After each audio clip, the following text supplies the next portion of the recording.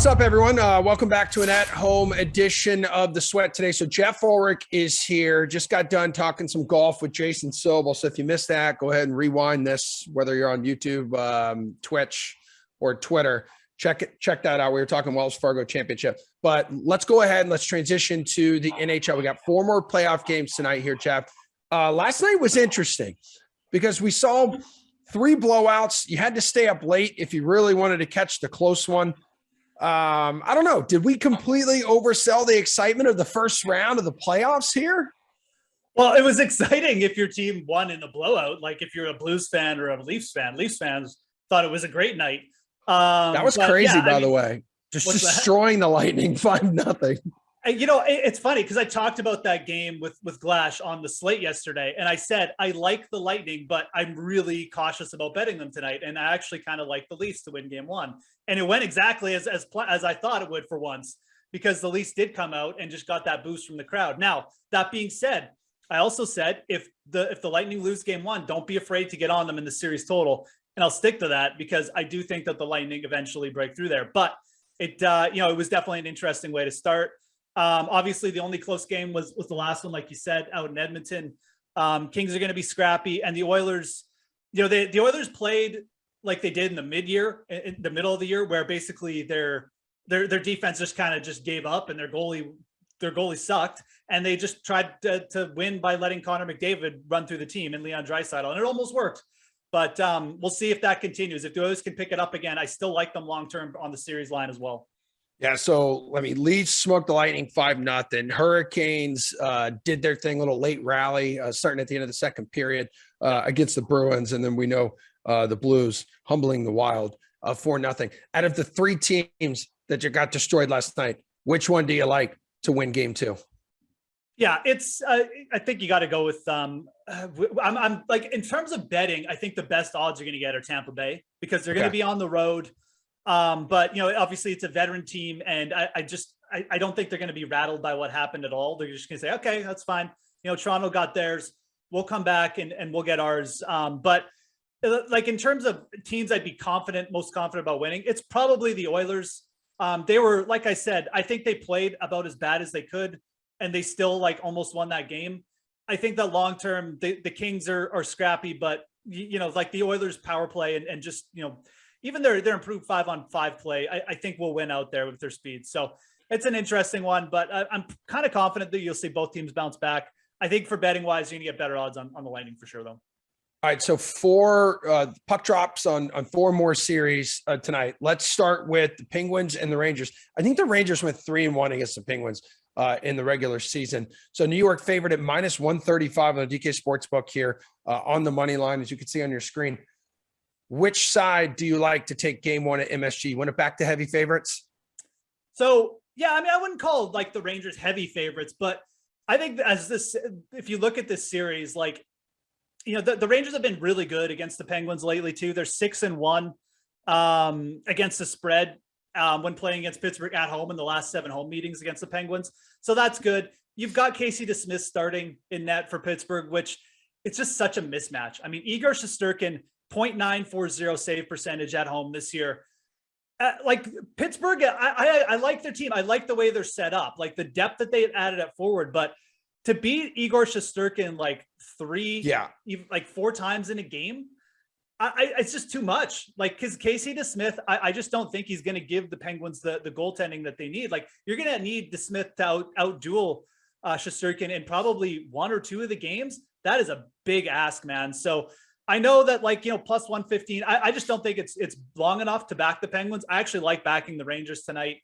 -135 is fine. If it got any shorter, I'd probably just stay off. But I think that Pittsburgh is a little bit of a public team in the sense they've got guys like, Crosby still on there, and they've got a lot of glare just from winning the cups before.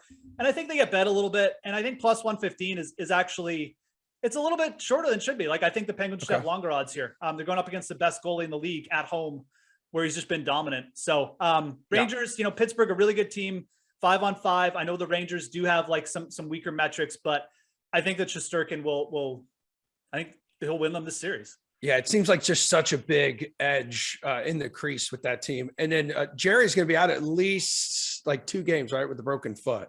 Yeah, I think at least 2 games. Absolutely. Okay, yeah. And I'm I just think not confident again in Casey DeSmith, really. He's improved a little bit as the year went on, but yeah.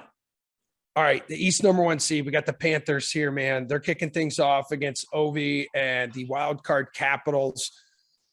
Let's see, Panthers minus 255 now, favorites, plus the game total in this one's 6.5. So what's your favorite bet in this game?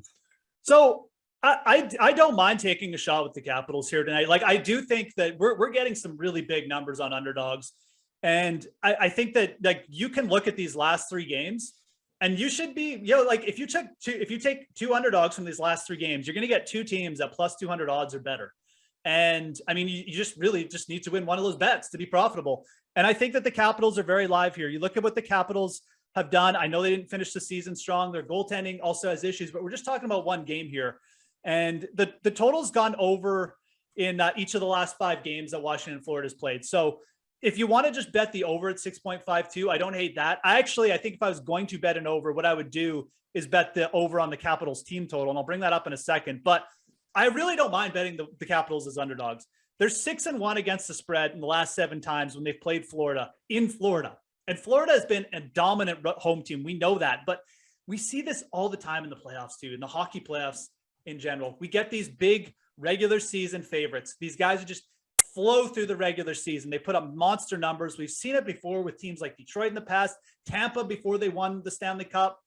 And they just struggle in the first round. It's like the weight of expectations gets so big with these teams. And you've got a team like the Capitals with a guy like Alex Ovechkin, like a playoff hardened team. They're just not going to be scared of the Panthers in this spot. They're just not. And I know all the metrics say, Washington hasn't really played that well, but I think this is too big a number to give the Capitals in the first game. I'd be fine taking them as an underdog spot. Like I said, I don't mind the team total here either. Like, these teams have really scored when they've met up. You look at, I think it's under team props. Yeah. Team total goals, getting minus 110 on the Capitals to go over 2.5 goals. I'd be all about that tonight.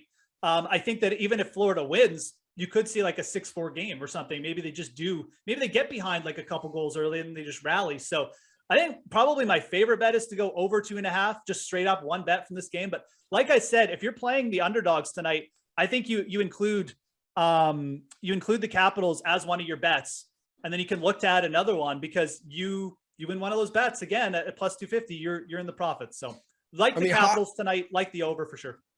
Yeah, and hockey is different than from other sports, especially when it comes to the playoffs, where a hot goalie can send a number 1 team home early.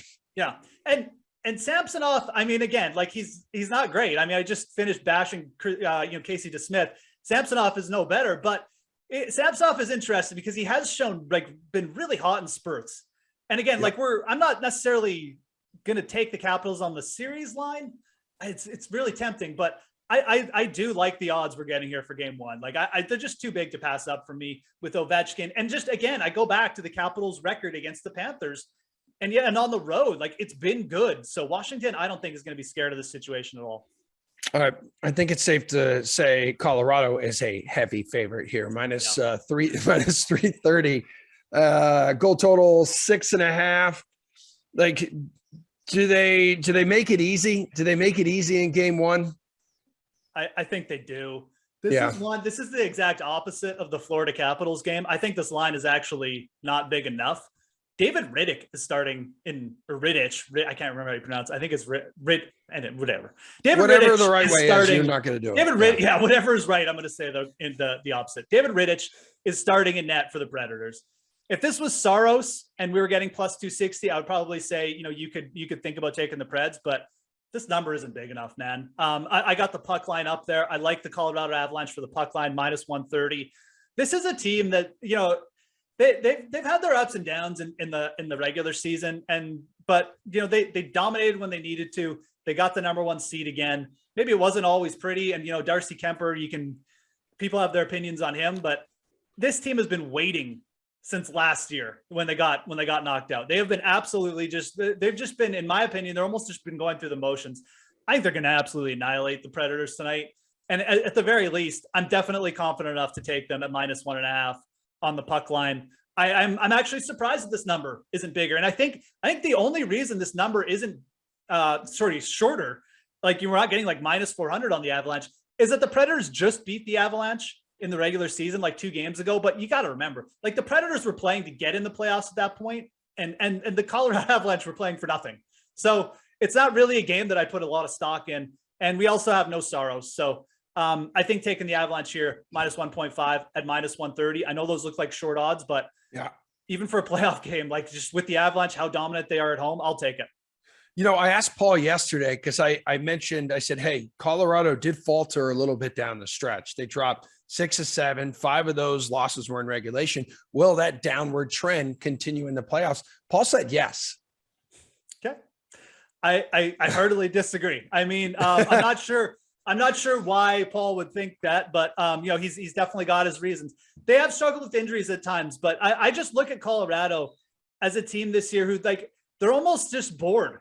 Like that's how good they are in the Western Conference. And I think that once they got that lead too, that led to just, it's almost like more boredom taking over. Like we've been here. This is like the 3rd year in a row they've been in this situation. So that's my opinion. Maybe they do start off slow. I think at the very least they'll get it together and close this out in like 6 or fewer. But yeah, I'm of the opinion you'll see a different Colorado Avalanche team tonight.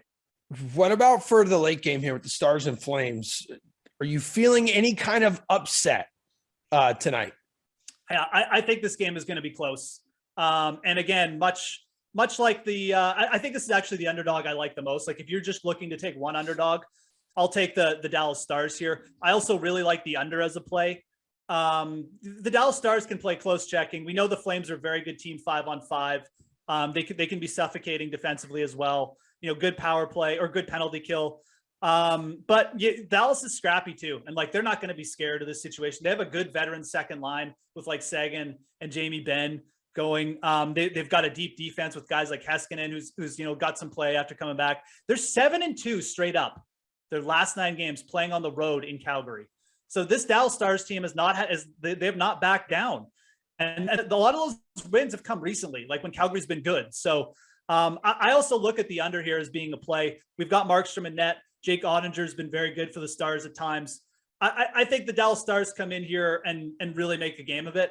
And I do not hate taking them on as just a money line straight up play tonight. I think they're going to give the Flames a real series. I actually don't even mind taking the Stars on the series line. I know Calgary is kind of like the darlings of everyone's eyes. And statistically, I get it. I just think that the Stars are a tough matchup for them. I think they're a scrappier team than they kind of getting credit for. They got a great first line. And if that power play starts heating up, like they're going to be a tough out. If the Stars get a lead, they are going to be very, very tough. So I think there's value in taking the Stars plus 200. Like I said, I don't mind pairing them with the Capitals. You get a couple underdogs on your card there. I like approaching the slate that way.